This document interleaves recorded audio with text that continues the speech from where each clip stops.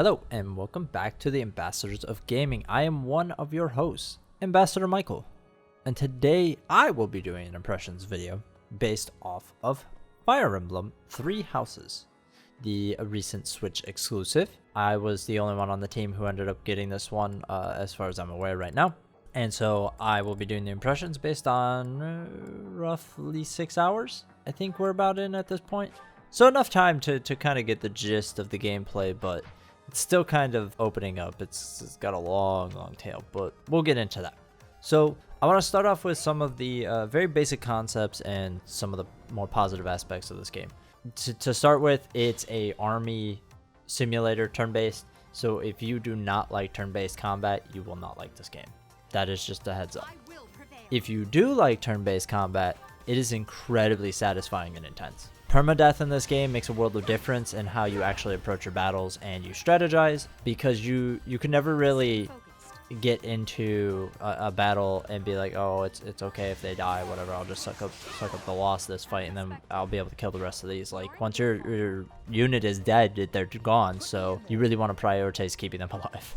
Character and army customization is high and very satisfying as well. All three houses come with unique characters with personality types and goals based on what they want to learn and improve at, and how you utilize them in combat matters, because based on how you utilize them, it will kind of change the programming of how they want to progress. So I have instances of characters that were mages that focused on all magic, and I used him more as a healer, and so he wanted to become just a healer. I have someone who I ended up using more as a ranged combatant, and they were more interested in moving towards more ranged archery combat. And so the game adapts to how you utilize the characters and how you're kind of progressing them, and kind of helps push forward what you're looking to do with each character, which is not something you see very often in these types of games. It is set in that sort of high school anime kind of setting and themes, but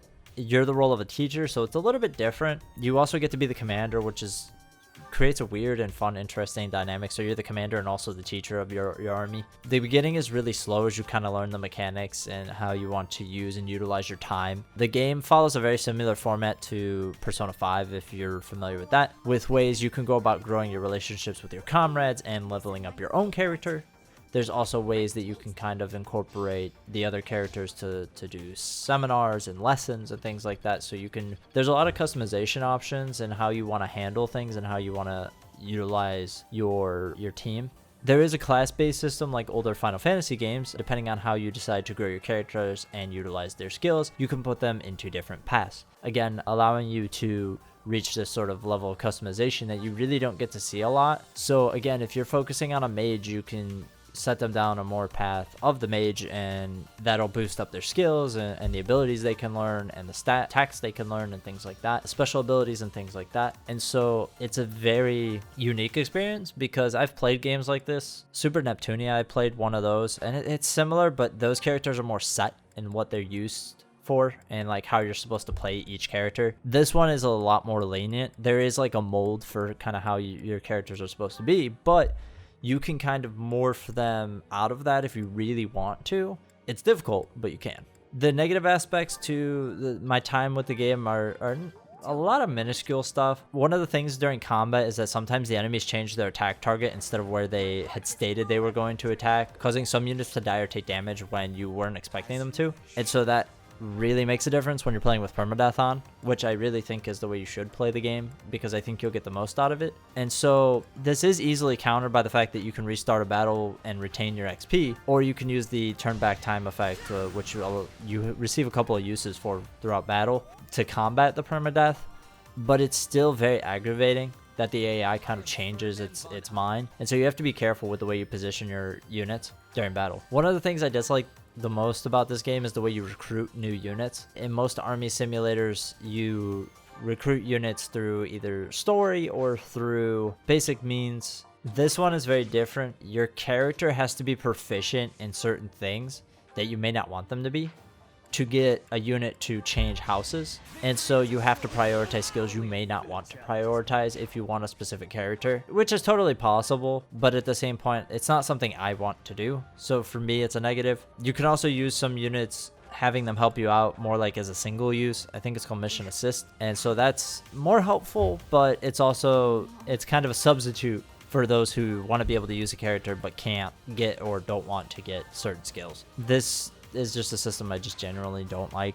It's not great in my opinion. And then the last big thing, and I think this is big for Switch specifically. If this was on console, I wouldn't have an issue with it. But because of the Switch's mobility, there's a lack of subtitles during the anime cutscenes. The game goes from pre-rendered cutscenes in-game using the engine, and also some anime-like cutscenes. And during those anime cutscenes, there are no subtitles, which is obnoxious given the fact that you can play the Switch in handheld, and there are times where you may want to play in public, or you may be playing and you just don't have the volume up, or whatever, you're listening to something else, and there's no way to turn subtitles on during those cutscenes. Even though the written dialogue is all there and the prompts, the voice dialogue is also written out on the screen. So they wrote the dialogue for everything into the game, but they didn't write subtitles for the anime cutscenes, which is just a really weird thing to do. So it's just like a little bug thing that kind of really bothers me. So overall, I've been enjoying my time with the game. I'm actually pretty excited to get back into it. I'm on my first playthrough at the moment using one of the houses. If you're unaware,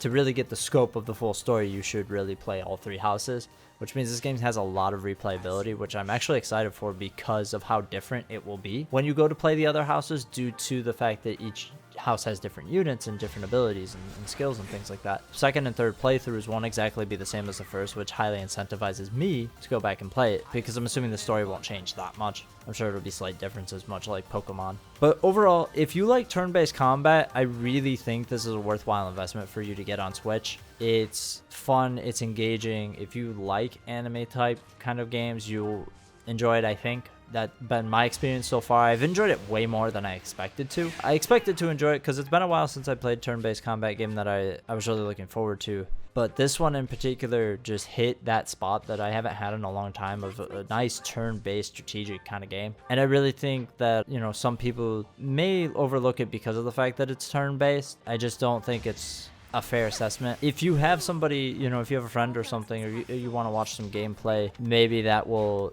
entice you. Maybe this video will entice you to, give it a shot. But if you have any sort of interest in turn-based combat, I really think this game will be for you. And it has grown on me a lot. I won't say it's gonna be in my games of the year, but it's definitely climbing the list very quickly in terms of how I feel about it and how impressed I am by it. That is my thoughts on Fire Emblem 3 Houses. I do not have a screenshot bonus round for you because I forget to take screenshots. I basically just plug in my Switch to the Elgato and record hours of footage and then break it all down into this. Sorry about that. But I hope this was enough to kind of give you a general overview of what the game is about, what it plays like, and whether or not you may enjoy it. Until next time, I'm Ambassador Michael. Please do all that you can to help us share our content, liking, sharing, subscribing, all of that. And if you're really feeling generous, we have a Patreon where you can get some nice perks and goodies. Thank you for your time. We appreciate it. Please take a look at Fire Emblem 3 Houses, and I will see you in the next one. Goodbye.